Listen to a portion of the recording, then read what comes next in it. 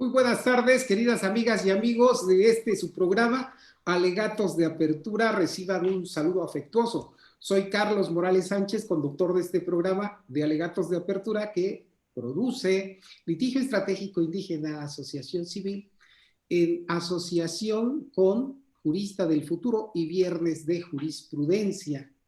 Hoy presentamos a una ponente, a una maravillosa ponente, a nuestra amiga Pilar Rosas. Hoy presentamos a nuestra amiga Pilar Rosas con un tema interesantísimo, importante, impostergable: feminismo y derechos humanos. Hoy estamos muy contentos. Sea usted bienvenida, maestra Pilar, a su programa, y le cedo el uso de la palabra para que envíe un saludo inicial a nuestro auditorio. Bueno, pues muchas gracias por la invitación. Es un gusto estar acá. Creo que si algo bueno nos ha dejado la pandemia es precisamente derribar esas barreras físicas que nos impedían dialogar unos con los otros. Y pues vamos a comenzar con una pequeña plática introductoria y pues como siempre los comentarios, las preguntas pues son bienvenidas.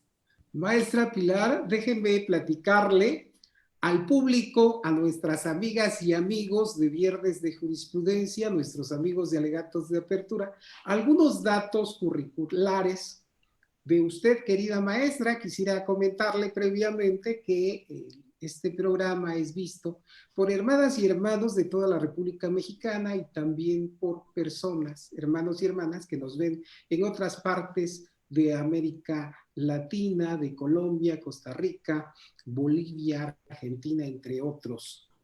Y para todas nuestras amigas y amigos, quiero comentarles que estamos transmitiendo desde la página Viernes de Jurisprudencia, pero desde las oficinas de litigio estratégico indígena en la ciudad de Oaxaca de Juárez, Oaxaca, en México. Tengo que proporcionar unos datos curriculares, solamente algunos datos de la extensa currícula, de la extensa hoja de vida de la maestra Pilar Rosas. Realizó la licenciatura en Relaciones Internacionales en la Benemérita Universidad Autónoma de Puebla. Cuenta con la especialización en Política Mundial Contemporánea y ha incursionado en temas de género y participación política de mujeres, coadyuvando con organismos como ONU Mujeres y el Instituto Nacional de los Pueblos Indígenas. También ha participado como editora y columnista en distintos medios digitales como Metrópoli Digital y Los Días de Juárez. Nuestra querida amiga ha sido conferencista en diversos foros estatales y nacionales en universidades como la Universidad Nacional Autónoma de México, la Universidad Autónoma Metropolitana, el Centro de Investigación y Docencia Económica, así como el Senado de la República y la Cámara de Diputados. Fungió como secretaria de Participación y Empoderamiento en Motiva, un movimiento plural y apartidista e independiente con presencia en 12 entidades federativas del país. En esta asociación coordinaba las capacitaciones en temas referentes a socialdemocracia, feminismo, garantismo y participación política juvenil a las estructuras estatales del movimiento. Actualmente se desempeña como coordinadora de la Red de Mujeres por el Empoderamiento AC, en donde se imparten temas, capacitaciones en temas de género, inclusión, participación política de mujeres en municipios de Oaxaca. Maestra Pilar Rosas, gracias por aceptar la invitación de Alegatos de Apertura para hablar de este tema tan importante: feminismo y derechos humanos. Por favor, maestra, para que comience usted con su exposición. Muchas gracias. Gracias, maestro Carlos. Voy a comenzar a compartir mi pantalla. básicamente lo que quiero que tengamos muy presente en esta ocasión que estamos platicando de feminismo y derechos humanos es que creo que a partir de la visibilización que ha tenido desde 2017, precisamente con el boom de algunas plataformas como lo son Facebook y Twitter, con denuncias del movimiento, por ejemplo, Me Too, el feminismo ha tenido mayor visibilidad. Sin embargo, el feminismo siempre ha estado ahí, el feminismo siempre ha sido la herramienta política de las mujeres para alcanzar la conquista de espacios en donde nos habían sido relegados. En este sentido, pues me gustaría entrar platicando un poquito qué es el feminismo, ¿no? Todos lo escuchamos, todos escuchamos la palabra patriarcado, la palabra machista, la palabra misógino, la palabra feminismo, pero realmente, ¿qué es el feminismo? Bueno, el feminismo es un movimiento social y político que inicia formalmente desde el siglo XVIII y lo que supone es la toma de conciencia de las mujeres como grupo colectivo de las estructuras de dominación a las que han sido sujetas. Cuando hablamos de feminismo, no podemos hablar de un solo feminismo. Existen diferentes tipos de feminismo, como lo vamos a ir viendo a lo largo de la exposición, pero básicamente en lo que todos confluyen es que existe una estructura que nos oprime, nos domina y también que ha sido cosificado a nuestros cuerpos para consumo, que es el patriarcado, ¿no? Que es este gobierno de los patriarcas, esta estructura de hombres que históricamente han tomado las decisiones en cuanto a todo lo que tiene que ver con nosotras y nuestros cuerpos, ¿no? Recientemente, hace como 2 minutos antes de entrar a foro, me mandaban un mensaje con un video que decía, ¿no? ¿Qué hubiera pasado si Albert Einstein fuera mujer? Pues seguramente no sabríamos quién es Einstein, ¿no? Seguramente alguien más de su equipo hubiera tomado, hombre, claro está, hubiera tomado su investigación, lo hubiera publicado y ahora tendríamos esas teorías, pero también a partir de un hombre, ¿no? Entonces creo que eso refleja cómo históricamente la mujer ha sido relegada de algunos espacios. Y no me refiero en cuanto a todo este tema de victimización, porque creo que también es un gran estigma que está cayendo ahorita sobre nosotras, que dicen, no, es que ahora tienen condiciones de favorecimiento, ahora todo va a favorecer a las mujeres. Y creo que también algo de lo que tenemos que partir es que no existe un piso parejo para mujeres y hombres. Y no solamente estamos hablando en cuanto a una estructura económica, social o política, sino también estamos hablando en cuanto a una estructura social que sobre nosotras denota algunos temas de estereotipos y roles de géneros que seguimos ejerciendo. Hay muchas cosas de las que actualmente no se habla, como por ejemplo el trabajo no remunerado. Toda esta parte de la carga doméstica que históricamente ha sido relegada a las mujeres y que en cierto punto también pone a las mujeres en un conflicto entre desarrollarse profesionalmente o desarrollar una familia. Pero bueno, ¿cómo es que el feminismo, ya les decía, el feminismo, si bien ahorita ya lo escuchamos y sabemos que hay chicas que salen a las calles y vemos un feminismo más, más radical, no empezó así. El feminismo comienza con todo lo que es el movimiento abolicionista de 1848. Recordemos que para ese tiempo todavía se tenían leyes de segregación en distintas partes del mundo, que de hecho hasta recientemente, bueno, y lo digo muy reciente porque todavía estamos hablando de los 1900, en 1920, todavía estábamos hablando de leyes de segregación racial. Entonces, los movimientos feministas tienen su primera participación en los movimientos de Seneca Falls, del estado de Nueva York, donde se habla de liberar a hombres de este tipo de esclavitud. Sin embargo, hay algo muy fundamental. No hablan del papel de las mujeres dentro de todo este esquema social. Y venimos a lo mismo, ¿no? Se viene arrastrando históricamente con los roles que quien tiene los medios de producción, quien tiene todo este mecanismo del Estado, pues es históricamente los hombres, ¿no? Entonces, en este primer momento, las mujeres son relegadas un poco en cuanto a la toma de decisiones y también en cuanto a los mecanismos de protección que ellas iban a tener, pero los congresos de Seneca Falls marcan un parteaguas, porque son los primeros que empiezan a incentivar los movimientos feministas, que en ese momento, pues claro está, no se llamaba feminismo, ¿no? Y bueno, Se dice que en el feminismo hay tres grandes cuartas olas, ¿no? Las primeras olas eran estas luchas de las mujeres por la educación, la libertad, la igualdad. Recordemos que históricamente las mujeres no tenían acceso a lo que era el sistema educativo y no vamos tan lejos. Sor Juana Inés de la Cruz no tenía acceso a la educación. ¿Qué fue lo que ella hizo? O cuál era el medio en el que las mujeres podían acceder a educación? Siendo monjas. ¿Por qué? Porque de ahí en fuera eran, el común imaginario era que las mujeres no necesitaban ser educadas porque para las labores del hogar no se necesitaba ser educada. Entonces, desde ahí vemos también un principio de la disparidad porque las que son educadas son mujeres adineradas, ¿no? Las que pues les enseñan a leer en un primer momento para que sepan leer la Biblia, que era el único conocimiento académico, científico, si así lo podríamos decir. Y bueno, ahí esa es la primera ola, ¿no? La segunda ola comienza con el movimiento en Estados Unidos.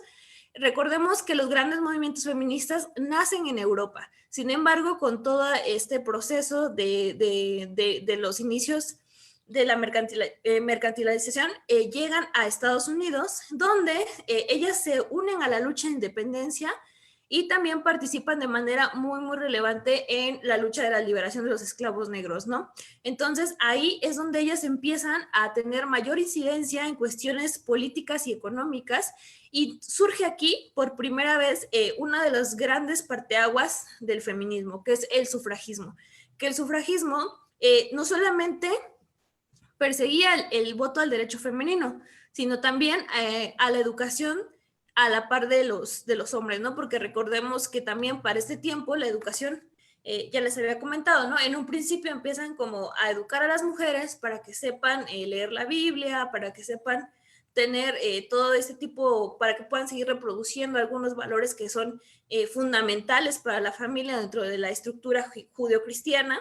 Y bueno, cuando ellas empiezan a tener todo este acceso a la educación y empiezan a tener acceso a más libros, vemos que realmente ellas inciden de mayor manera en la política, y vemos actualmente que hay muchísimas películas que retratan. Recientemente se estrenó una serie de Netflix, si no mal recuerdo, que se llama Enola Holmes, donde la mamá de la protagonista es una sufragista y retratan ahí de manera bastante clara cómo han sido los procesos de la obtención de derechos, porque también algo ha sido claro: las mujeres no nos han llegado a dar los derechos, los hemos exigido y los hemos arrebatado. Así es como ha sido siempre y así es como lo hemos hecho. ¿Por qué? Porque históricamente quienes tienen el control político han sido hombres que cuando nosotros pedíamos el derecho al voto, lo que hacían era cuestionar si éramos aptas físicamente para hacerlo o no hacerlo.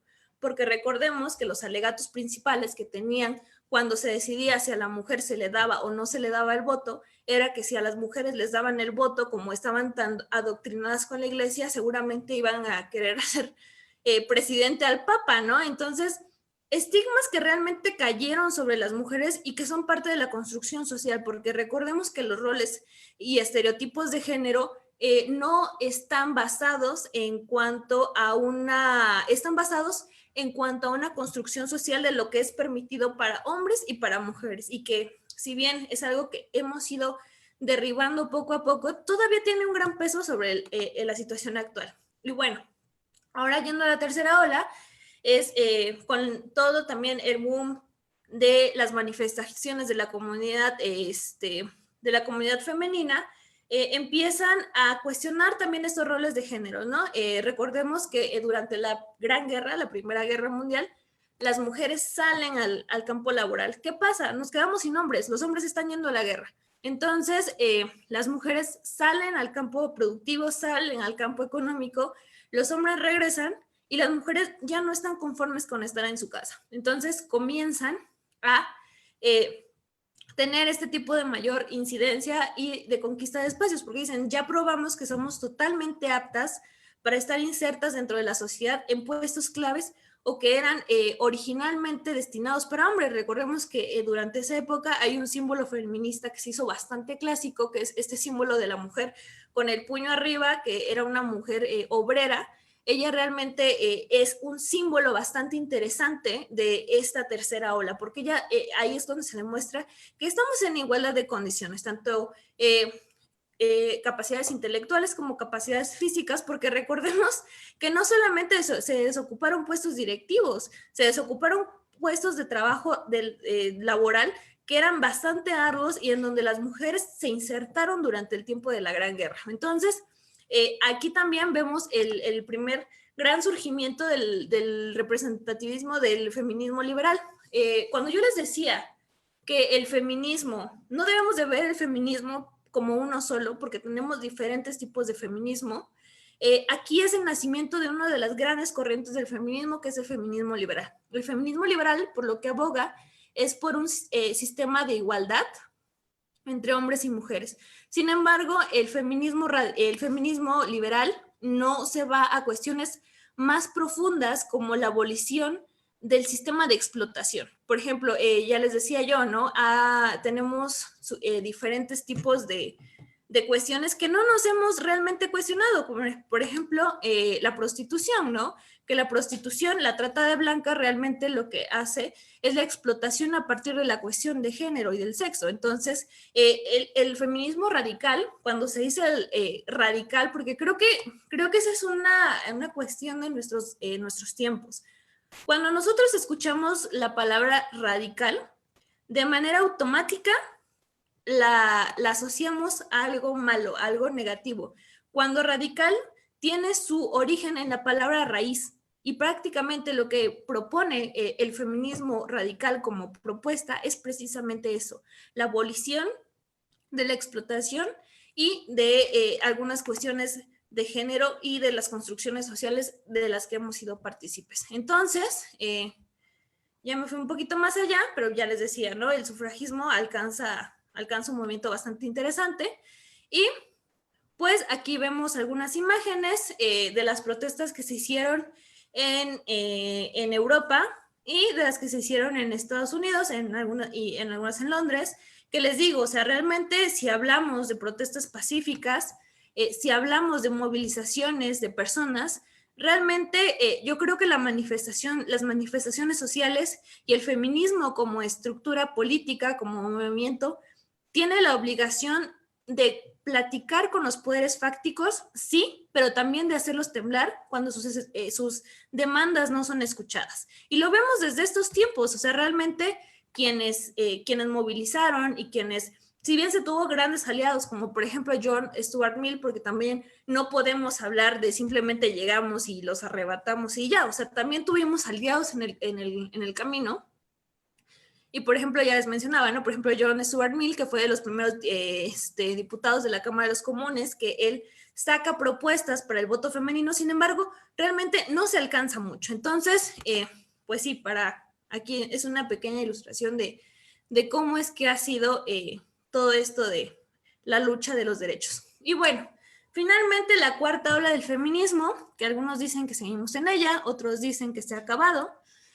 Lo que supone la cuarta ola del feminismo es que precisamente a través del uso de las redes sociales reclama el derecho de igualdad entre hombres y mujeres, pero no solamente eso. Durante esta época también tenemos la incorporación de la comunidad LGBTIQ y la denuncia de los sexismos en los medios de comunicación. Aquí realmente vemos que realmente las redes sociales para nosotros han sido de una gran ayuda. ¿Y por qué les decía? Lo comentábamos hace rato, ¿no?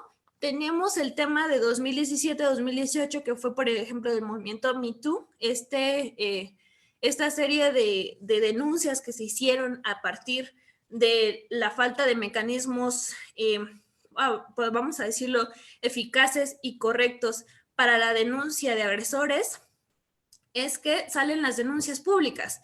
Y las denuncias públicas muchos las cuestionan, dicen, bueno, ¿y para qué va a servir que lo quemes en Facebook?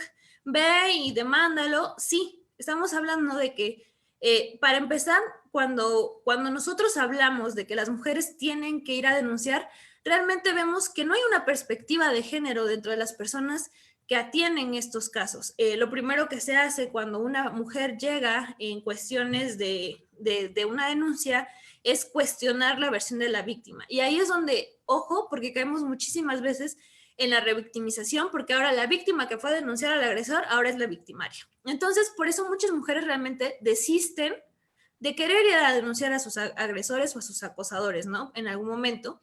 Sin embargo, también lo que hace la denuncia pública, el famoso escrache que hemos visto, es señalar socialmente a la persona que recae en una de esas conductas, porque recordemos que como seres sociales, realmente el tema de la aceptación social, el tema lo hablan, por ejemplo, autores como lo habla Foucault, lo hablan Lipovetsky.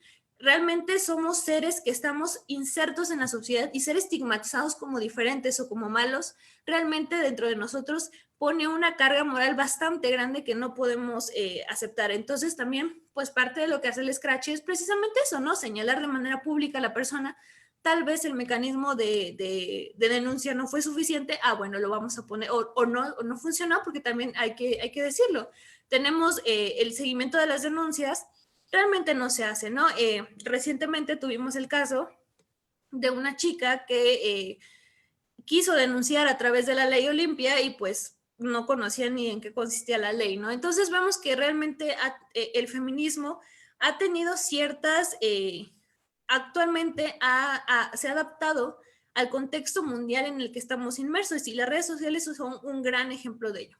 Y otro tema que sale a partir de la ola cuarta ola, perdón, es el tema de la sororidad, que la sororidad, ojo, no es que todas las mujeres van a ser amigas y de la nada ya todas nos queremos y todas nos amamos, no. La sororidad es una herramienta política que nosotros tenemos para apoyarnos unas a las otras, precisamente porque entendemos que estamos ante una estructura patriarcal y machista que nos discrimina por el hecho de ser mujeres. Porque muchos me dicen, o sea, uno de los cuestionamientos que principalmente siempre me encuentro es precisamente eso, ¿no? Ahora ya todas son amigas, ahora todas ya se hablan. No, el término sororidad es una herramienta política y es realmente nuestra defensa ante ese sistema patriarcal. Y bueno, algunos logros que el movimiento feminista ha tenido, pues es claramente el derecho al voto.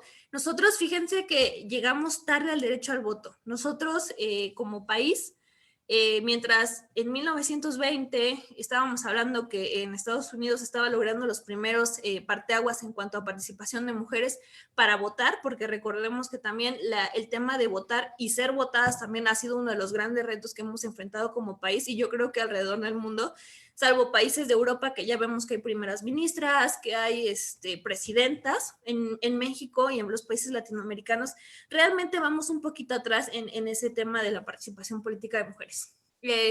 Derecho a la educación, ya lo hablamos, la educación en igualdad tanto a niñas y niños, porque pues también recordemos que en los tiempos de nuestros abuelos, y yo creo que si nos vamos y les preguntamos a nuestras abuelas por qué no estudiaron, nos dan una razón que tiene que ver con la familia. Entonces, el derecho a la educación para niñas y niños también para las mujeres ha sido uno de los logros del movimiento feminista. La participación política, ya se los comentaba, que va muy ligada al derecho al voto. Sin embargo, la participación política no se limita en cuanto al voto. La participación política es la incidencia que nosotros tenemos en las esferas de la construcción de toma de decisiones y de toma de poder.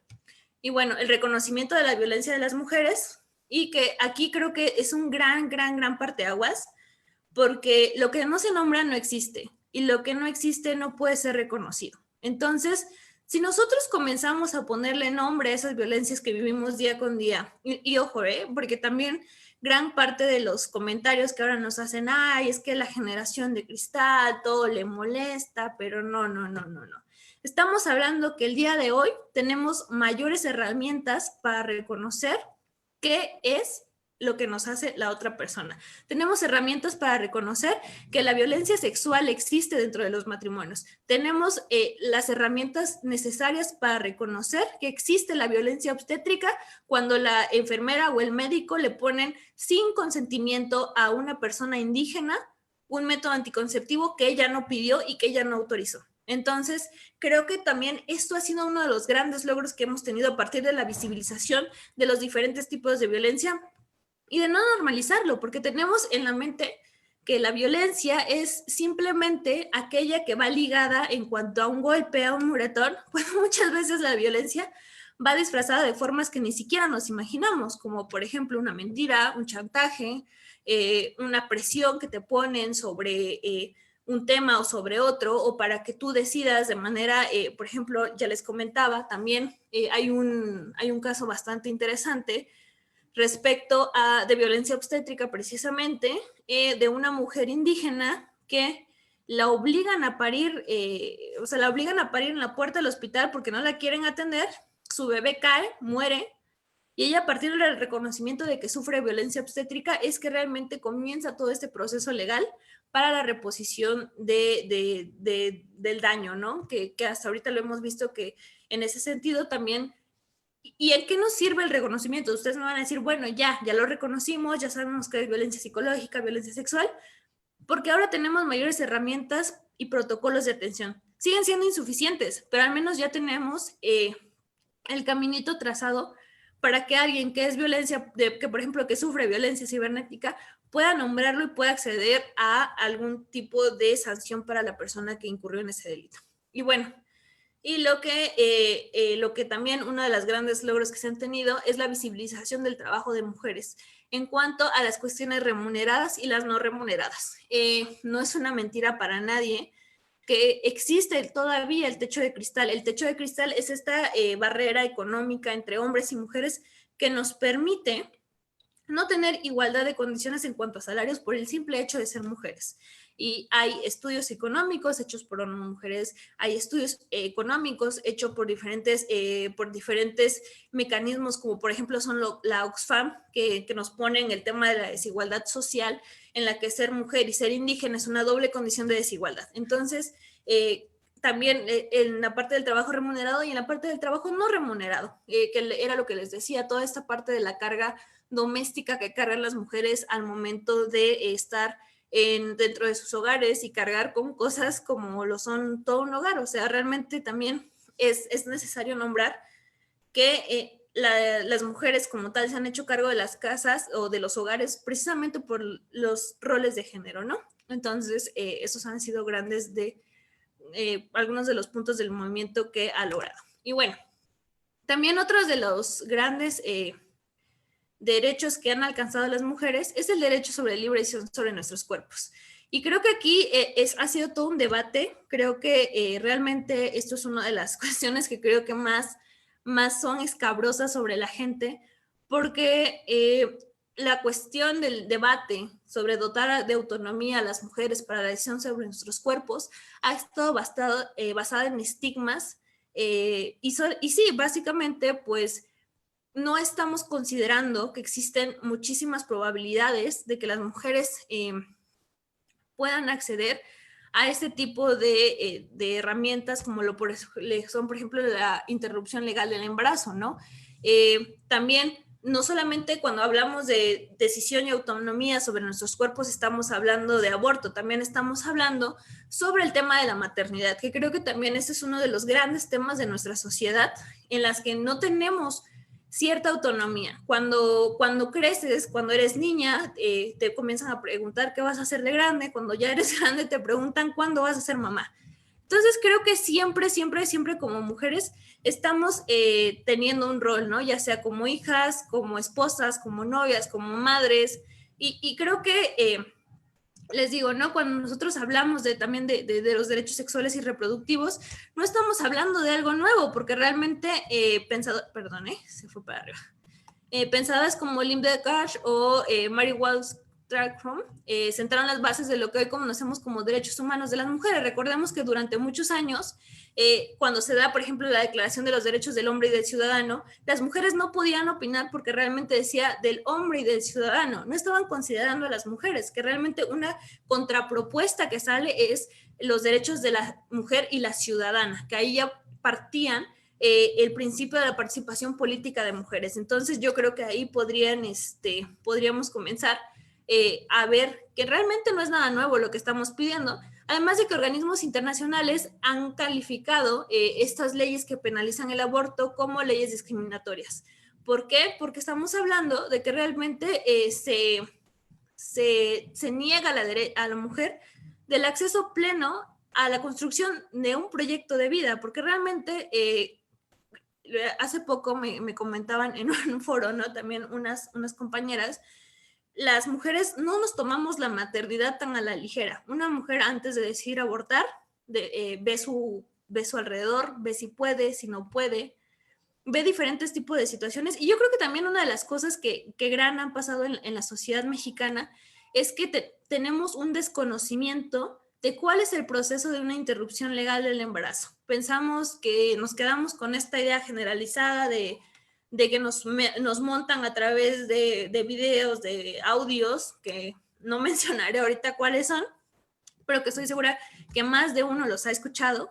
Entonces, creo que a partir de ahí tenemos que comenzar a hablar de una perspectiva de despenalización, pero basada en argumentos que doten a la mujer de estos derechos, que nos doten de autonomía plena sobre nuestros cuerpos como un derecho fundamental. Entonces, hay diferentes instrumentos internacionales que han reconocido el derecho de las mujeres en relación al aborto legal y seguro, porque recordemos que también en cuestiones de aborto existe un tema que no todas las mujeres pueden acceder a las mismas. Creo que la pandemia, y es algo que sí lo tengo, creo, y lo tenemos creo que todos muy claro, nos dimos cuenta con la pandemia que la salud es un privilegio, no es un derecho, porque estamos viendo que quienes acceden a estos tipos de recuperación, pues han sido realmente las personas ante el COVID, han sido personas que tienen la oportunidad política, económica de acceder a este tipo de tratamientos, ¿no? O quienes recurren a un tanque de oxígeno. Una persona que no tiene el dinero necesario no va a acudir a comprar un tanque de oxígeno. Pasa lo mismo con las mujeres. Las mujeres que no están en condiciones de tener un aborto seguro, es seguro que esas mujeres van directito a la muerte. ¿Por qué? Porque estamos hablando de condiciones insalubres, cuando es obligación del Estado garantizar que este procedimiento médico sea garantizado en condiciones seguras. Y a partir de eso se han pronunciado, por ejemplo, tenemos la Conferencia Internacional sobre Desarrollo y Población, la Cuarta Conferencia Mundial sobre la Mujer, y la Convención sobre la Eliminación de todas las formas de discriminación contra la mujer, que recordemos que también en México tenemos instrumentos como lo son la Ley General de Acceso a una Vida Libre de Violencia, que garantiza a las mujeres este tipo de acceso a algunas cuestiones, que realmente no hablamos de privilegio, porque les digo, si habláramos de privilegio es que estuviéramos en igualdad de condiciones, y vemos que realmente no lo estamos, ni en temas económicos, ni sociales, ni, pues no estamos iguales. Y bueno, otro de los grandes retos que habremos de afrontar, y esto lo quise sacar un poquito a colación, les decía, creo que dentro de derechos, lo que me gusta tanto de hablar de mujeres, de feminismo, es que somos bastante diversas y en verdad tenemos tanto que analizar, que creo que también es importante decir que aparte de la conquista de los derechos en cuanto, bueno, del camino que nos falta para los derechos sexuales y reproductivos, también tenemos que hablar un poco de cómo ha sido la inserción de las mujeres en cuanto a los ámbitos políticos, ¿no? Y una de ellas es precisamente la participación de mujeres en política, en donde 2018 fue un año fundamental, porque no solamente estábamos hablando de la elección de presidente de la nación, sino también estábamos hablando de diputados federales, diputados locales y presidencias municipales. Entonces, en 2018, aparte de ser la votación que históricamente fue la más votada, también estamos hablando que la mujer fue la que más votó en esa elección. ¿Por qué? Porque estuvimos 10 puntos porcentuales arriba de los hombres. Es decir, las mujeres realmente somos quienes tomamos gran parte de las decisiones acá. Y bueno, esto es como para hacer general. Durante 75 años en nuestro país, solamente 7 han sido gobernadoras.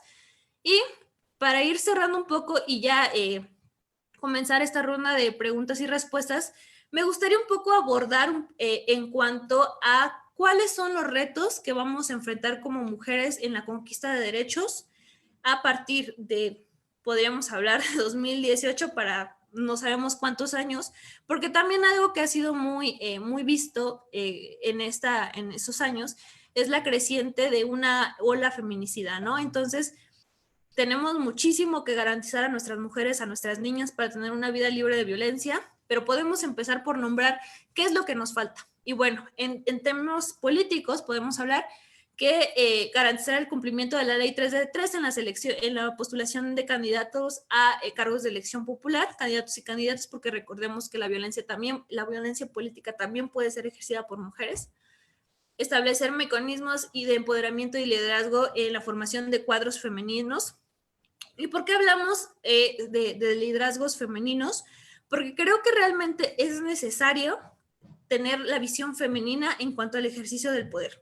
Si hablamos, por ejemplo, de estudios de poder, podemos citar a Margarita Dalton. Margarita Dalton lo que hace es estudiar esta cuestión un poquito más filosófica y de facto con algunas presidentes municipales, y ella concluye en su libro Democracia sin conflicto que existen diferentes tipos de ver la política a partir de ser hombre y de ser mujer.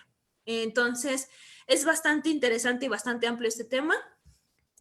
Fomentar la participación política, y yo lo pondría en general, de mujeres en espacios comunitarios.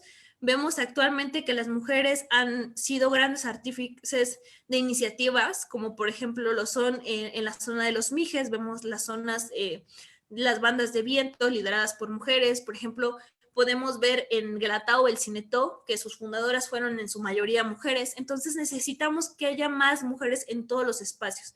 Necesitamos que haya más mujeres empoderadas en cualquier ámbito de la vida pública. ¿Y por qué es necesario? Y aquí es donde me gustaría decir que realmente necesitamos, como mujeres, como hombres también, pero aquí me referiría directamente a mi género, politizar nuestra vida. Y no hablo en cuestiones de politizar en cuanto a un partido político, a lo que comúnmente conocemos como la grilla, ¿no? Sino politizar la vida a partir del cuestionamiento de nuestras decisiones del ámbito privado a lo público. Aquí creo que es donde realmente podemos tener un gran auge y fomentar todo este tipo de empoderamiento que nos va a hacer a nosotras influir en la toma de decisiones en todos los niveles. Y bueno, creo que el último, y creo que es uno de los más grandes que tenemos, es alcanzar el derecho a decidir sobre nuestros cuerpos. En Oaxaca actualmente se modificó la legislación para que esté despenalizado.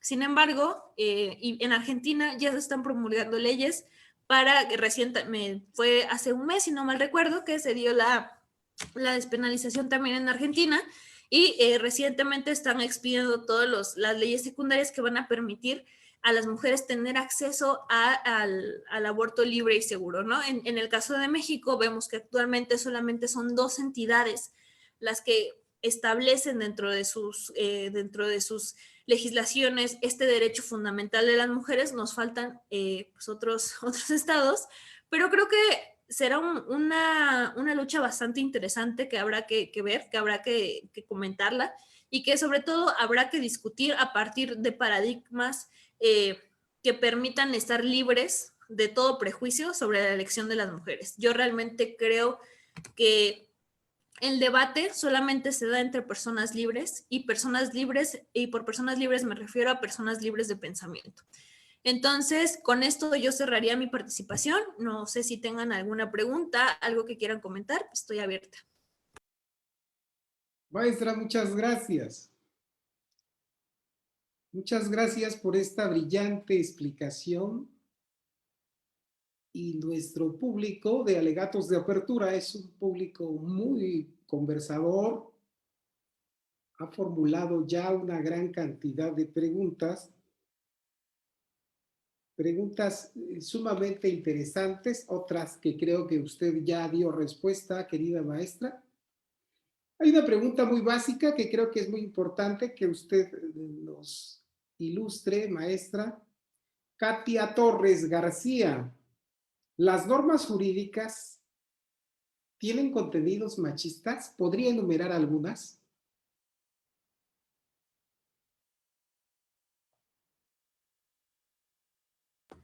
Sí, bueno, lo hemos visto a lo largo del tiempo que sí ha habido normas machistas. Lo podemos ver, por ejemplo. Perdón, no se había reiniciado mi audio. Ok, sí hay leyes con contenido machista y, por ejemplo, lo podríamos ver hasta hace muy poco con la definición de matrimonio entre hombres y mujeres, ¿no? Que realmente es esta demanda que hace la comunidad LGBTIQ a partir de... a partir de... ahí está, perdón, ya. Es esta demanda que hace la comunidad LGBTIQ a partir de que la misma definición de lo que es el matrimonio los excluye a ellos, ¿no? Y aquí estamos hablando no solamente de una cuestión machista, sino de una cuestión discriminatoria. Machista en el sentido de que es vista desde un sistema heteronormado y patriarcal, porque realmente la definición de matrimonio es la unión entre hombres y mujeres para seguir procreando, ¿no? Cuando realmente era lo que les comentaba en un principio, el dotar a las mujeres de autonomía no solamente habla en cuanto a autonomía económica o social, sino en cuanto a la autonomía de nombrar, de poder establecer un proyecto de vida en donde ella pueda decidir libremente, pues, cuál es el camino a seguir. Maestra, le están preguntando si puede usted recomendar algunas obras claves para entender el feminismo y para empezar, dicen, con el proceso de deconstrucción machista. Pues yo les recomendaría que busquen algunos textos. A mí quien me ha ayudado mucho en este proceso de entender la deconstrucción, porque lo cierto es que nadie nace deconstruido, todos somos parte de este sistema patriarcal, machista, heteronormado, en donde pues tenemos estereotipos, ¿no? Entonces, si yo les tuviera que recomendar, sería podrían buscar a Simone de Beauvoir, es una de las grandes clásicas con el segundo sexo. También podrían buscar a feministas un poquito más contemporáneas, como por ejemplo lo son Sara Pavlovich. Sara Pavlovich tiene un libro que se llama ¿Qué hay detrás del segundo sexo? Y también una local, que es una de mis grandes maestras y que yo le tengo mucho, mucho respeto y admiración por el gran trabajo de campo que ella ha hecho, es Margarita Dalton. Margarita Dalton, si les gusta un poco más la cuestión política, que era lo que les comentaba, ella escribe Igualdad y Democracia en Conflicto, el caso de las presidentas municipales de Oaxaca, y ella hace precisamente el recuento de estas mujeres que han participado en política y el dilema que tienen entre ser esposas, ser madres, ser presidentas y aparte sufrir algún tipo de violencia política. Entonces es un tema bastante interesante que ustedes lo quieren ver, lo quieren leer, en verdad está bastante recomendado. Muchas gracias por la generosidad de compartir estos datos. Las personas que quieran seguir abundando en estos temas, pues pueden acudir a estas fuentes de información a que ha hecho referencia nuestra querida amiga Pilar Rosas. Maestra Pilar, también le preguntan a usted, y hay una pregunta que nos formula Jocelyn Juárez, que siempre está al pendiente de las transmisiones de alegatos de apertura, que están en el mismo sentido. ¿Cómo explicarle a un hombre machista que piensa que no es machista, que sí lo es? Y en el mismo sentido, yo creo que se complementa la pregunta. La misma, nuestra amiga Jocelyn Juárez, nuestra amiga, pregunta, ¿hay mujeres machistas? Híjole, interesante tema. Fíjense que justamente cuando venían para la casa, me preguntaba eso, ¿no? Porque creo que gran parte, y era lo que yo les comentaba, lo que no se nombra no existe y lo que no existe no puede ser reconocido. Entonces, si nosotros no empezamos a cuestionar nuestro privilegio como hombres, como mujeres que tenemos, porque hay que decirlo, o sea, como mujeres tampoco estamos exentas de ser machistas, porque crecimos bajo la misma estructura patriarcal, crecimos con nuestras mamás, con nuestros papás, dándonos a nosotras muñecas, a ellos carritos, a nosotras diciendo, córrele, ve y sírvele a tu hermano, y a los hermanos diciéndole, ve y siéntate porque ya te va a servir tu hermana. Entonces, creo que no estamos exentos de serlo. El problema está en cómo nosotros visibilizamos esa cuestión de estereotipos. Yo creo que algo, aquí les comparto mi experiencia personal que me ha servido mucho en cuanto a mi círculo más cercano, es precisamente el cuestionar los privilegios que ellos tienen conforme a su sexo, a su género, o inclusive hasta su condición social, ¿no? Porque ya les decía yo, hay datos bastante interesantes sobre Oxfam que sacan el tema de la desigualdad. Ellos tratan el tema de desigualdad y pigmentocracia, y pues las cifras son alarmantes, ¿no? O sea, realmente dices, bueno, entonces, ¿quiénes son los dueños del poder político, ¿no? ¿Quiénes son los dueños del poder económico? Pero si nos vamos a una esfera más pequeña, como lo podría ser una familia, que también es una estructura de poder, pues yo creo que una estrategia sería esa, ¿no? Como comenzar a cuestionar los privilegios que ellos tienen y también los estereotipos de género. Eh, pues sí, básicamente yo creo que esa sería como mi recomendación, y mucha paciencia, porque si hay algo que está en este camino y que es bien marcado, y que lo platicaba con el maestro Carlos antes de entrar, es que queremos saberlo todo. A veces nos hace falta la humildad de decir, no lo sé todo, hay que aceptarlo, y pues mucha paciencia también para enseñar y no meterse en donde hay oídos sordos.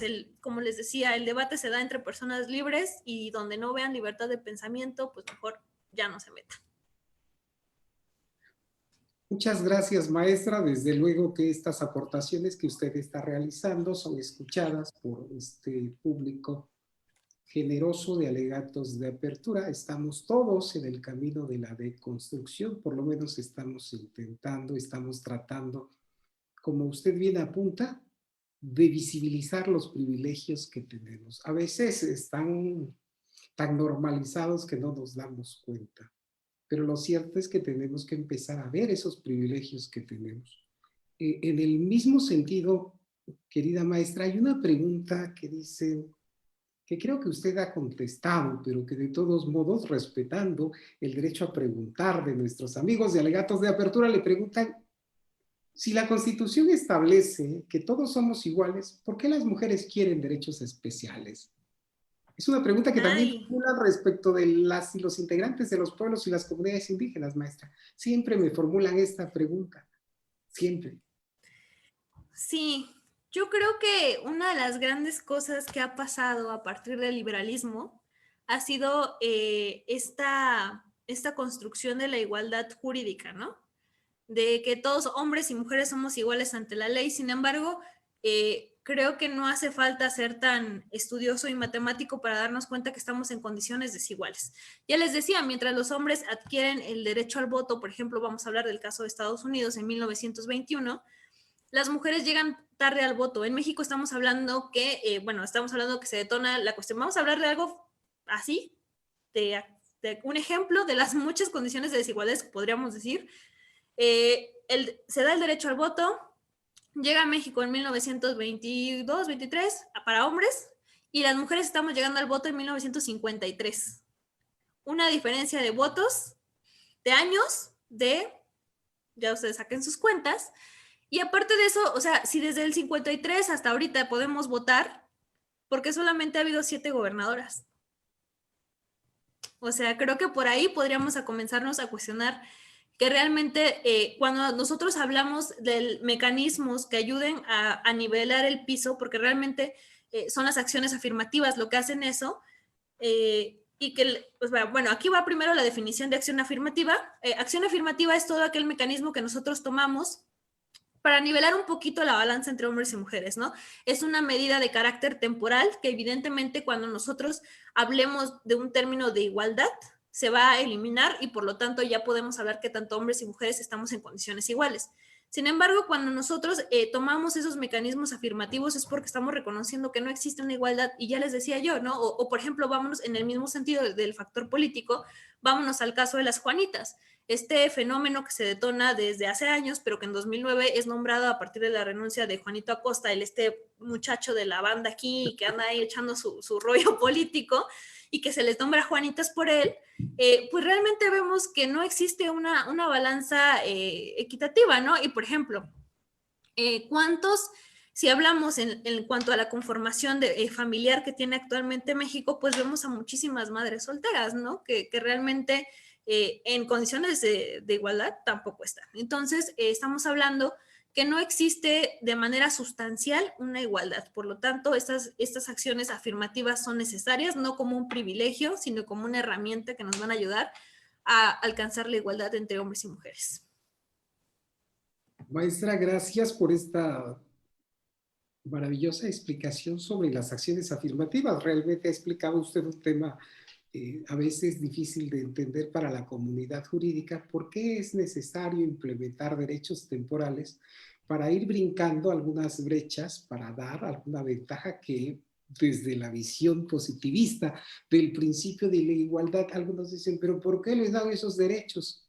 ¿Por qué les dan otro tipo de derechos? Y usted ha explicado con mucha claridad estas acciones afirmativas que se ven en todas partes.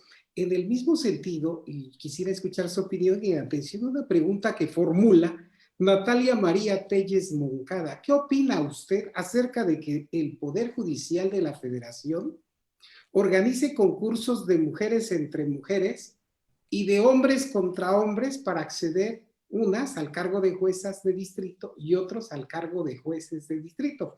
Y contextualizo esta pregunta: con anterioridad los concursos eran mixtos.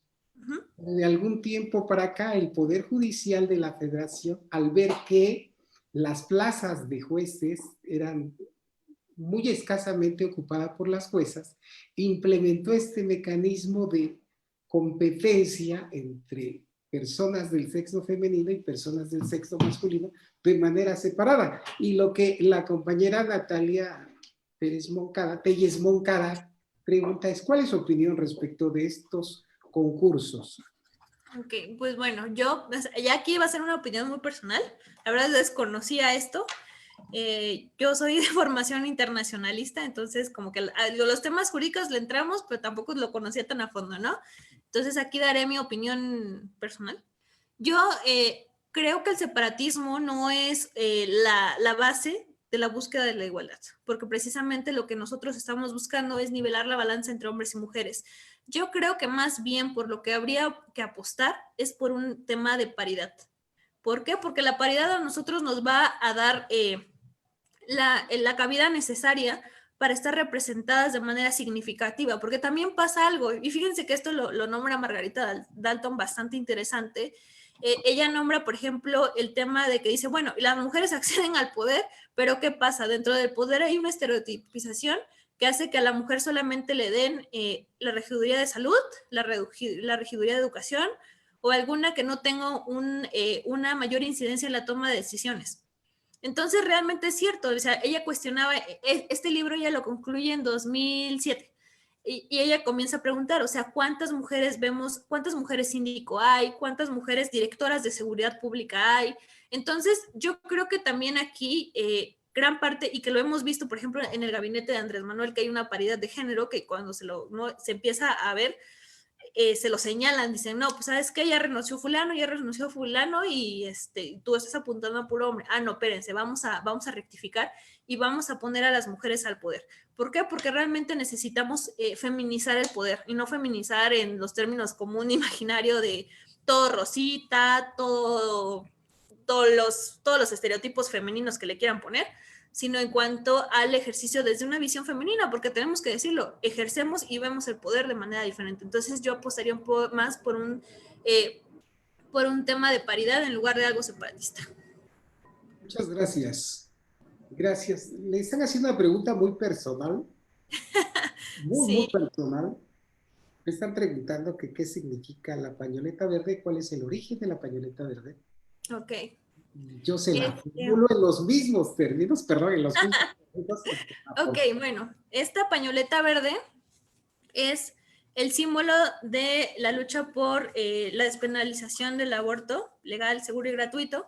En este caso, nosotros como organización, aquí sí lleva un pequeño comercial, trabajamos con organizaciones como Católicas por el Derecho a Decidir. Personalmente, pues este es uno que nos da Católicas por el Derecho a Decidir. Y básicamente surge en Argentina como un movimiento que simula a las abuelas de la Plaza de Mayo. Recordemos que durante la dictadura en Argentina desaparecen a mujeres, a hombres, y durante ese exilio nacen muchísimos bebés. Ellas comienzan a caminar alrededor de la plaza como una forma de protesta pacífica y usan pañuelos en la cabeza y después los comienzan a usar en la parte del cuello. Entonces, lo que hace el movimiento feminista es que retoma todas estas herramientas y pues ahora a nivel mundial es un símbolo de lucha. Yo personalmente, pues les digo, este es de católicas, pero el mío, el personal, lo tengo desde 2007, que me empecé a involucrar de manera más activa en esto, y lo uso, y lo voy a decir de manera orgullosa, porque creo, cuando yo les digo que debemos de politizar la vida, debemos de politizarlo en todos nuestros espacios, no solamente en cuanto a ejercer en algún partido, o militar, o hacer reuniones, sino también demostrar nuestras ideas políticas. Estamos en un punto en el que necesitamos que la gente se politice. Entonces, de manera muy orgullosa lo porto. Excelente, querida maestra. Gracias por explicar esto.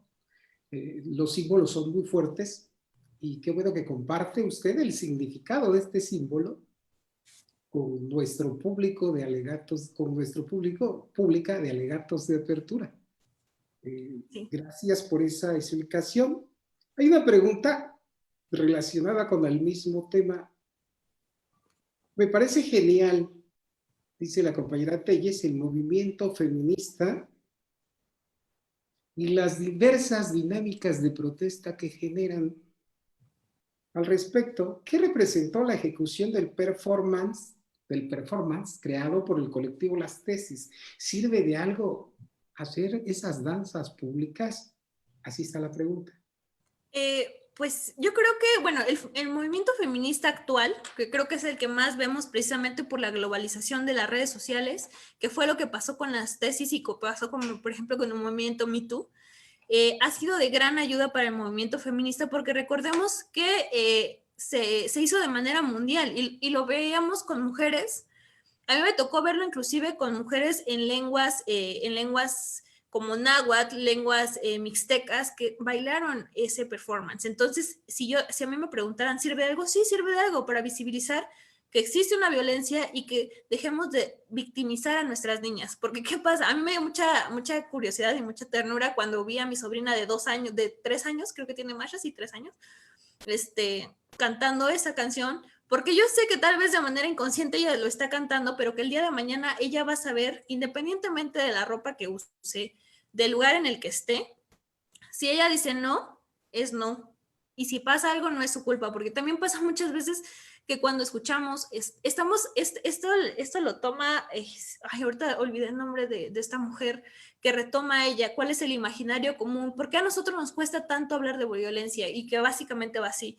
Y dice, ella menciona que precisamente nos cuesta tanto hablar de violencia porque esperamos que la violencia sea un golpe, sea un puño morado, sea algo muy escabroso, cuando realmente la violencia está viviendo al lado de nosotros y no nos damos cuenta. Entonces, sí sirve de algo, y también creo que lo hemos visto de manera más radical, que el feminismo ha tomado ciertas formas de manifestación pública, porque, pues sí, o sea, básicamente nos han quitado el miedo a tener este tipo ya no se espera, ya las mujeres ya no queremos estar en nuestras casas sumisas, ahora queremos luchar por nuestros derechos, y yo creo que las manifestaciones de las compañeras son legítimas y deben ser escuchadas.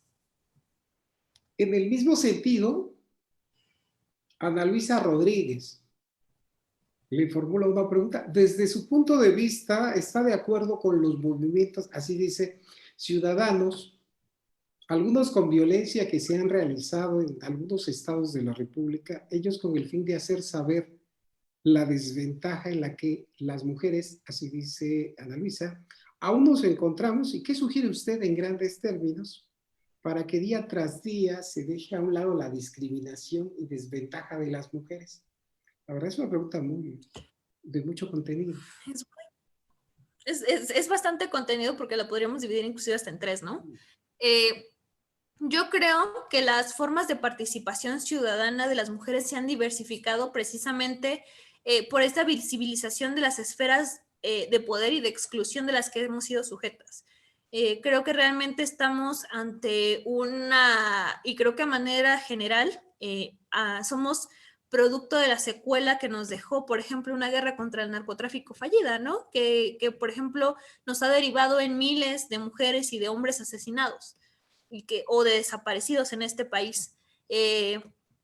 Vemos también que día con día la violencia feminicida crece. La pandemia nos recordó que realmente muchos de los agresores no estaban allá afuera, sino estaban dentro de los hogares. Entonces yo creo que las formas en las que las compañeras están se están manifestando son las que les ha dejado los mecanismos del Estado. Yo creo que realmente ahí es donde es y como yo le decía al principio, ¿no? El movimiento como acto político, como movimiento político, ¿tiene la obligación de converger con las estructuras estatales? Sí, porque definitivamente no vamos a poder cambiar las cosas si no estamos hablando de la toma de los espacios, de la toma de los espacios de toma de decisiones, valga la redundancia, sino también en cuanto a hacer vibrar a la estructura estatal, de decirle, de mandarle un pulso y decirle, no me estás cumpliendo, no me estás garantizando las condiciones necesarias para que yo pueda acceder a este tipo de justicia, ¿no? Y lo hemos visto, por ejemplo, no sé si ustedes vieron el documental de Marisela Escobedo, que fue una de las grandes aportaciones que hizo Netflix durante la cuarentena, bueno, seguimos en cuarentena, pero hace unos meses, sobre las manifestaciones políticas de Marisela Escobedo. Retrata, si no la han visto, vean, es un gran documental, que realmente lo que documentan ahí es todo este peregrinar de una madre de víctima secundaria de un feminicidio, su peregrinar por las estructuras estatales. Ella al final se protesta de manera pacífica y pues la asesinan en frente del Palacio de Gobierno, ¿no? Entonces, yo creo que realmente las formas de... Y fíjense que hay bastantes estudios, eso también puede ser otro tema algún día con más extensión, respecto a la forma en la que concibimos el espacio público. Yo sí soy una creyente que el espacio público tiene que ser intervenido y tiene que ser tomado porque realmente nos habla de cómo viven las sociedades, de cuál es la percepción que tenemos en ese momento de nuestros contextos, ¿no? Y por ejemplo, váyanse a dar una vuelta al Zócalo, o sea, cuántas, bueno, cuando se pueda, ¿no? Obviamente, cuántas pintas no hay que retratan o murales o monumentos que retratan momentos bastante interesantes de nuestra historia. Entonces, yo creo que, pues sí, básicamente eso es. En el mismo sentido, y hablando de espacios públicos, las mujeres que destruyen monumentos son respetuosas de los derechos humanos, pregunta Santiago Cruz TR. Formulo, y dice Santiago, formulo mi pregunta con mucho respeto.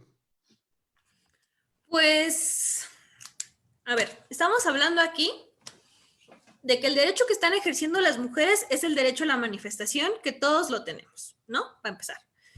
Y de ahí en fuera, pues yo no vería ninguna violatoria a los derechos humanos, porque creo que si estamos hablando de que no se están cumpliendo, o sea, las mujeres están protestando porque allá afuera hay cosas que no están sucediendo.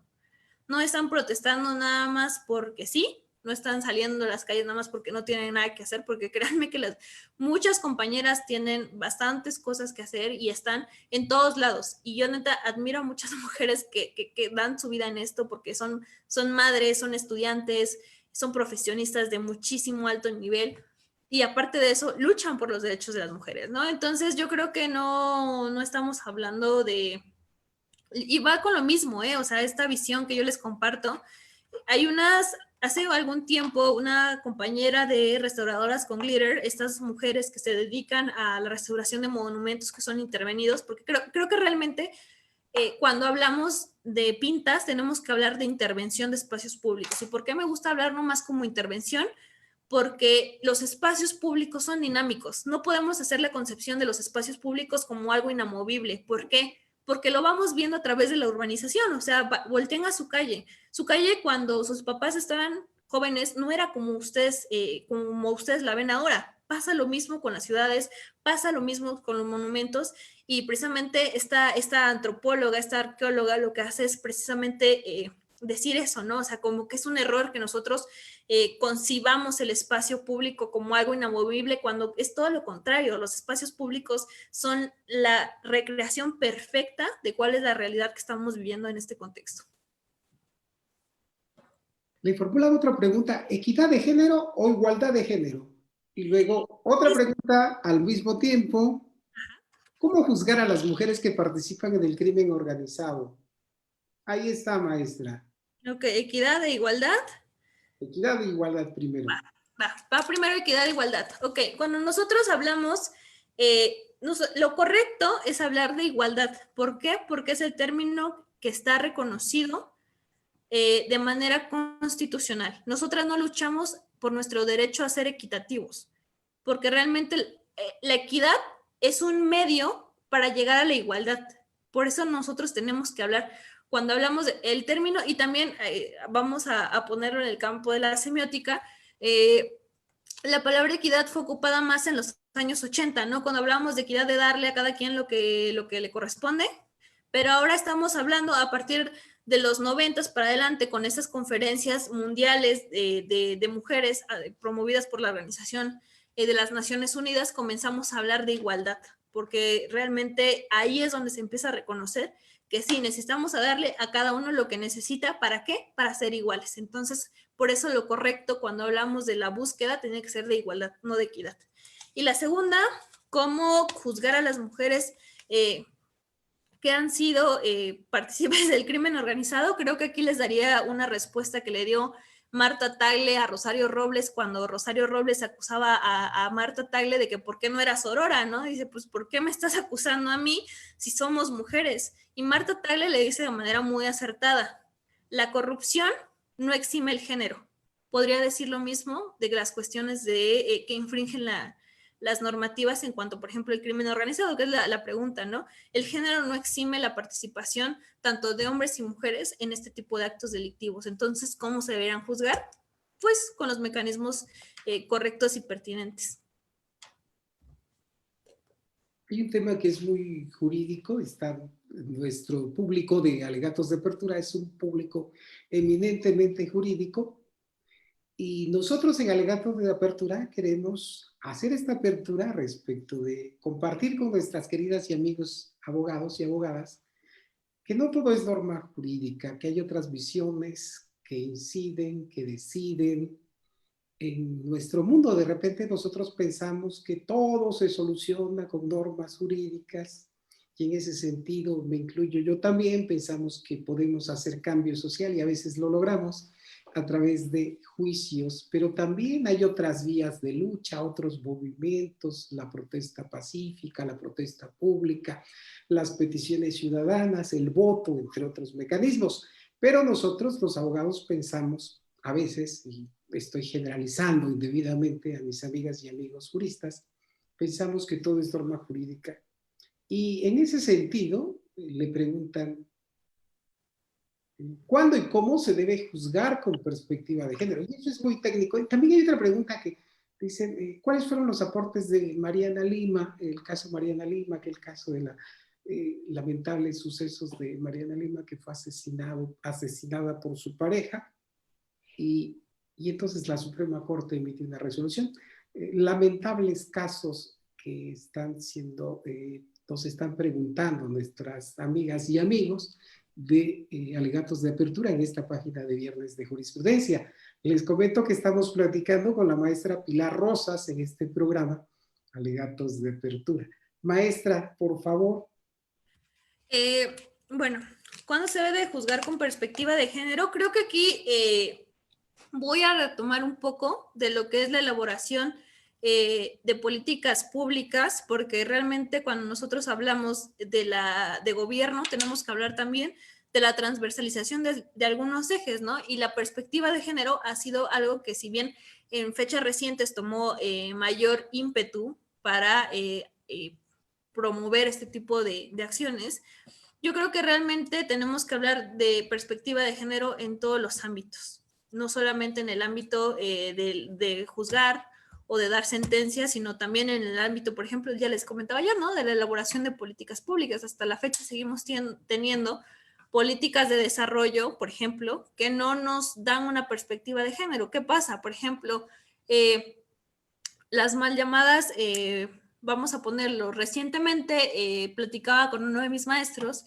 que la estereotipización de algunas cosas, ¿no? Por ejemplo, cuando va algún funcionario público a cierta localidad y junta mujeres y le sigue regalando molinos para que muelan su nixtamal, pues sigue siendo algo estereotipado, ¿no? Porque sigues diciendo que la mujer va de manera directa a la cocina y por lo tanto es un artefacto que va a necesitar. Entonces, Yo creo que la perspectiva de género tiene que estar presente en todos los espacios del gobierno, de la formulación, tanto de la Procuración de Justicia como de elaboración de políticas públicas para el desarrollo o algún otro tipo de política pública, ¿no? Y el caso de Mariana Lima, sí, Mariana Lima dijeron, ¿no? Mariana Lima. Yo creo que estos casos fundamentalmente lo que han hecho es visibilizar todas las fallas que se han tenido en cuanto a la procuración de justicia para las víctimas y también todo este efecto secundario que llevan las víctimas que no se nombran, que son las víctimas indirectas, llámense padre, madre, huérfanos, huérfanas, que recientemente, si no mal recuerdo, en Oaxaca se promovió una ley precisamente para que la reparación del daño también vaya para las huérfanas y huérfanos de víctimas de feminicidio. Entonces, que es un tema bastante interesante y bastante lastimoso que no se había tocado. Hasta apenas el año pasado se comenzaron a sacar los primeros estudios de esto, porque decían realmente, bueno, sí, y la reparación del daño para los hijos o hijas de estas personas pues no existe, ¿no? Entonces creo que eso ha sido la aportación. Maestra, muchas gracias. Quisiera comentarle que las víctimas en los procesos penales hasta hace algunos años estuvieron completamente invisibilizadas y que ha sido la lucha de las propias víctimas las que ha llevado a la visibilización y a su reconocimiento en las normas jurídicas.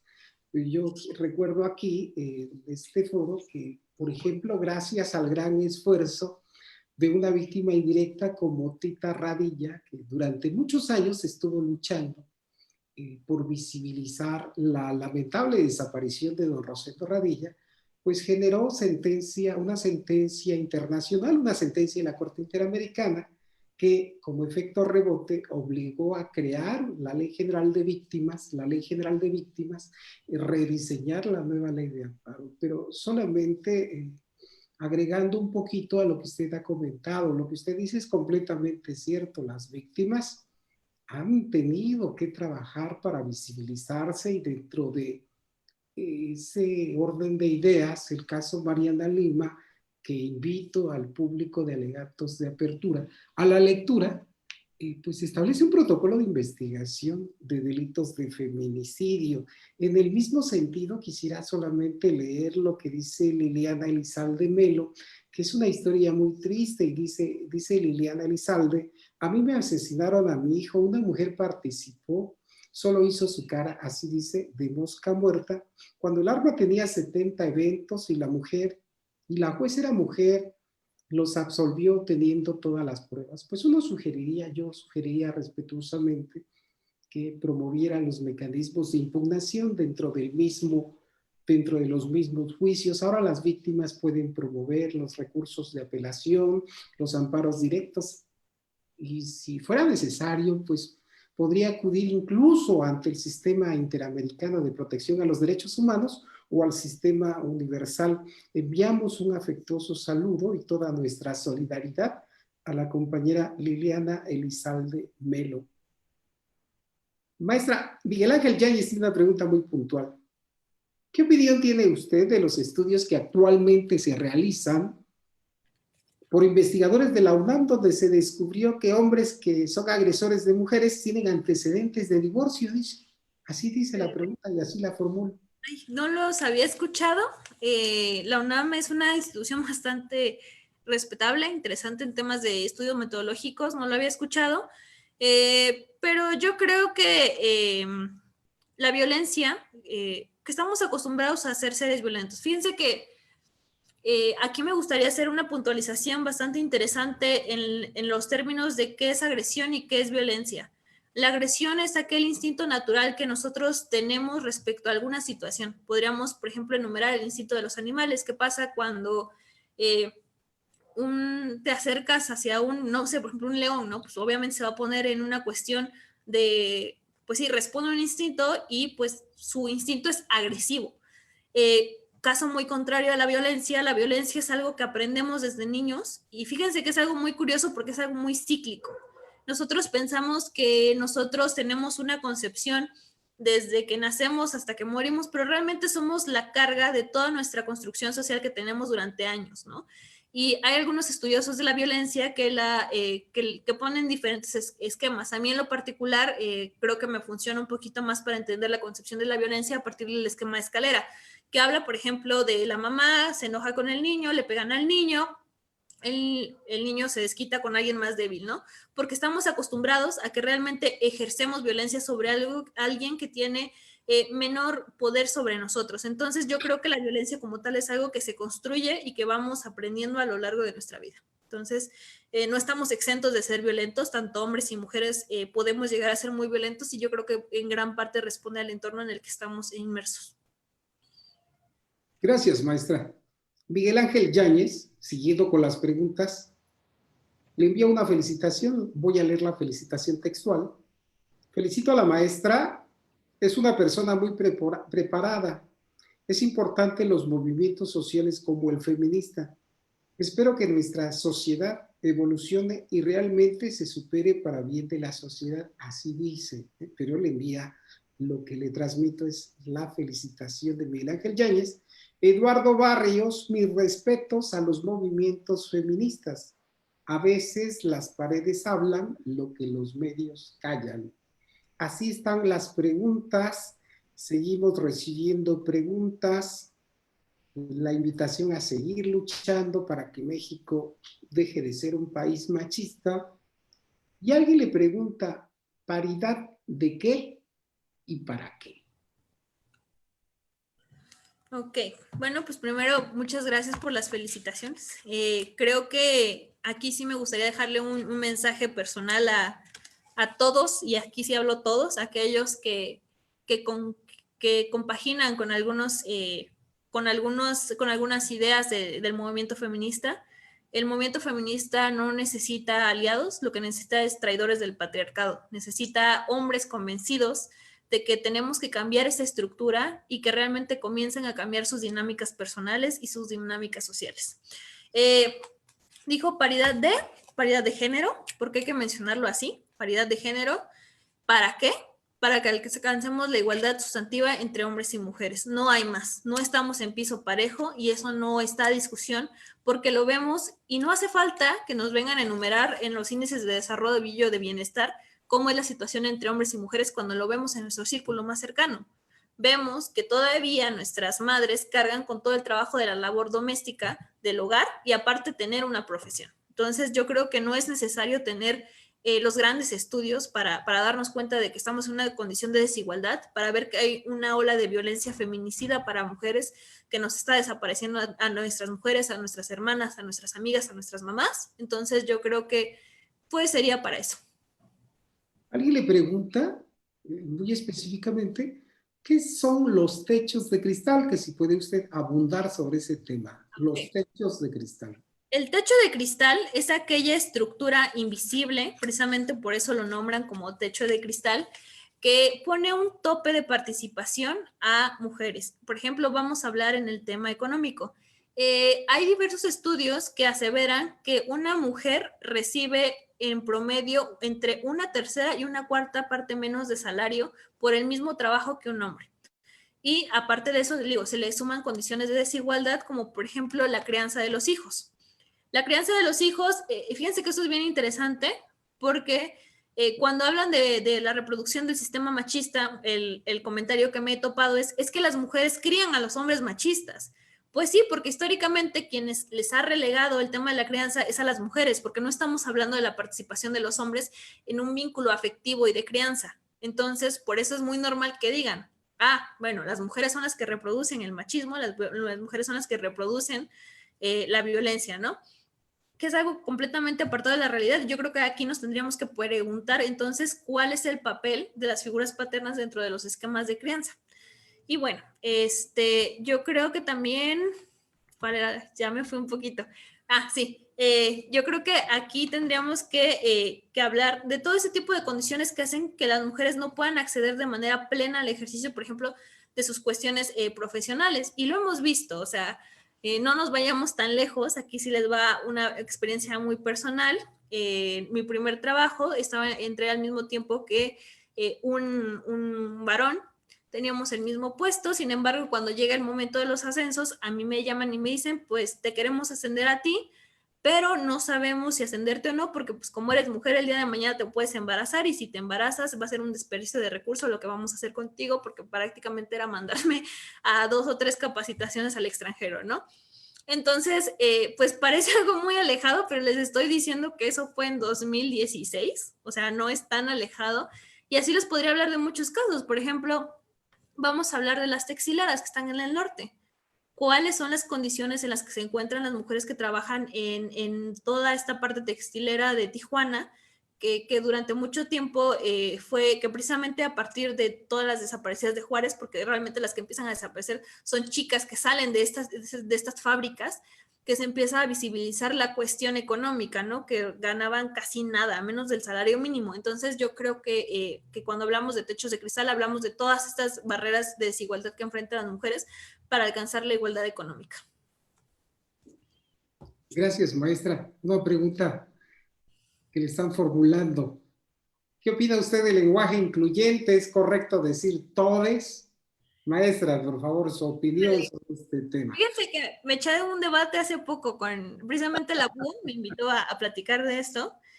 Y yo creo que, o sea, partimos de lo mismo, o sea, esta premisa de que nos sacan a partir de que tenemos que nombrar las cosas, creo que si nos vamos al puritanismo del lenguaje, ustedes me pueden decir, no, es que deforma el lenguaje, pero realmente el lenguaje, al igual que el espacio público, desde mi opinión, tenemos la concepción de que es algo inamovible cuando vemos que realmente el lenguaje es algo vivo, es algo de nuestras comunidades, de nuestra estructura social.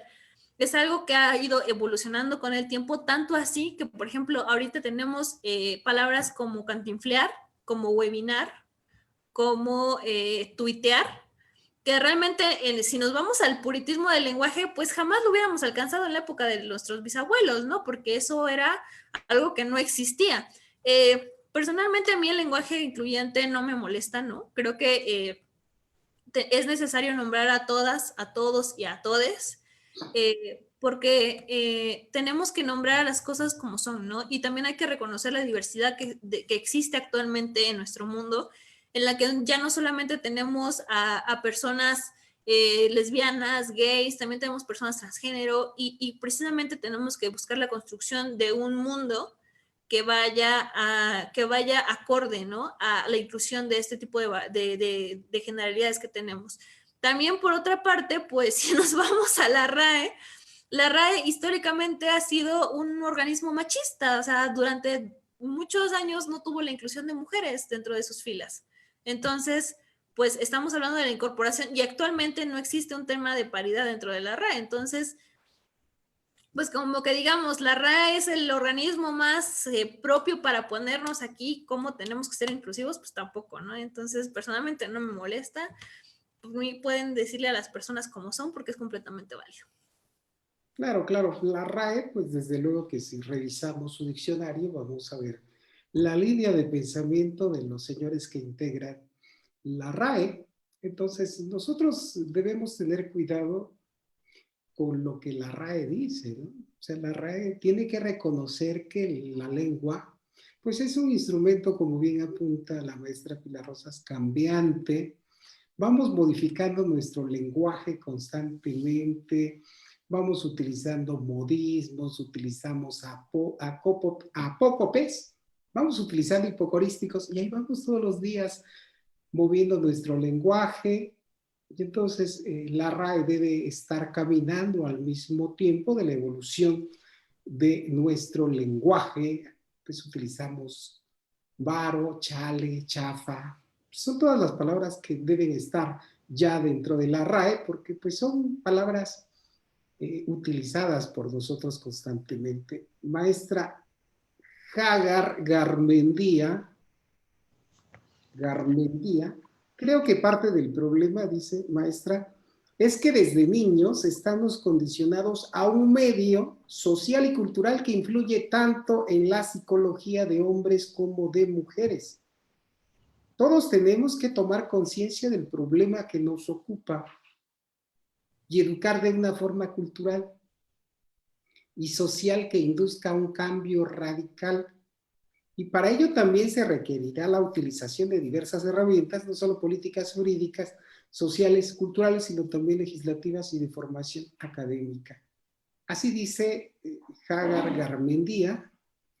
Ojalá que pueda generar algún comentario usted respecto de esto. Es una cuestión en la que podríamos estar de acuerdo, más allá de algunas Sí, precisiones del creo lenguaje. que estamos sujetos, ya les comentaba al principio de la charla, a este sistema que nos ha educado por años y años. No estamos hablando solamente, tenemos la idea de que nuestra vida inicia a partir de que nacemos, cuando no, somos el producto de la educación que recibieron nuestras madres, nuestros padres, nuestros abuelos, que también fueron parte, pues sí, fueron sujetos de este sistema patriarcal, machista, que ha excluido durante mucho tiempo a, por ejemplo, también comunidades indígenas, comunidades afros, y no nos vamos tan lejos. Apenas se modificó la legislación para que las comunidades afrodescendientes fueran reconocidas, ¿no? Entonces, dentro de la Constitución. Entonces, yo creo que estamos hablando de un sistema de desigualdad, pero lo importante precisamente es ser conscientes y nombrar las cosas por lo que son. Y me gustaría aprovechar para saludar a Raúl Campos, es un ex compañero WAP, tuve el gran gusto de compartir clases con él y me mandó un mensajito que está viendo la transmisión.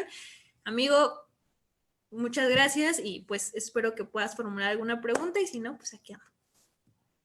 Muchas gracias. Duvani Aparicio me manda un saludo y le pregunta a usted, querida maestra, ¿qué conductas debe adoptar una persona para considerarse feminista? Híjole, aquí fíjense que hay una parte, creo que yo sí soy una enemiga del feministómetro. No existen malas ni buenas feministas porque cada quien es feminista a lo que su entorno le permite, ¿no?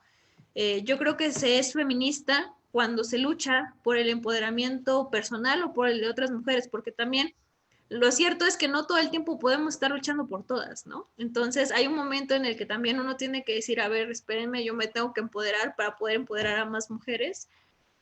Yo creo que feminista es toda aquella que busca la igualdad entre hombres y mujeres. Yo creo que feminista es la mujer que empieza a educar a sus hijos de manera diferente. Yo creo que feminista es aquella mujer que se da cuenta que no está padre ser mala o mala onda con otras mujeres, o feminista es aquella jefa que entiende el contexto en el que están sus trabajadoras y les da las condiciones necesarias para que puedan, pues dentro de lo posible, ejercer su maternidad libre, ¿no? Entonces, para mí todas podemos ser feministas, porque los hombres, ahí sí tengo mi exclusión.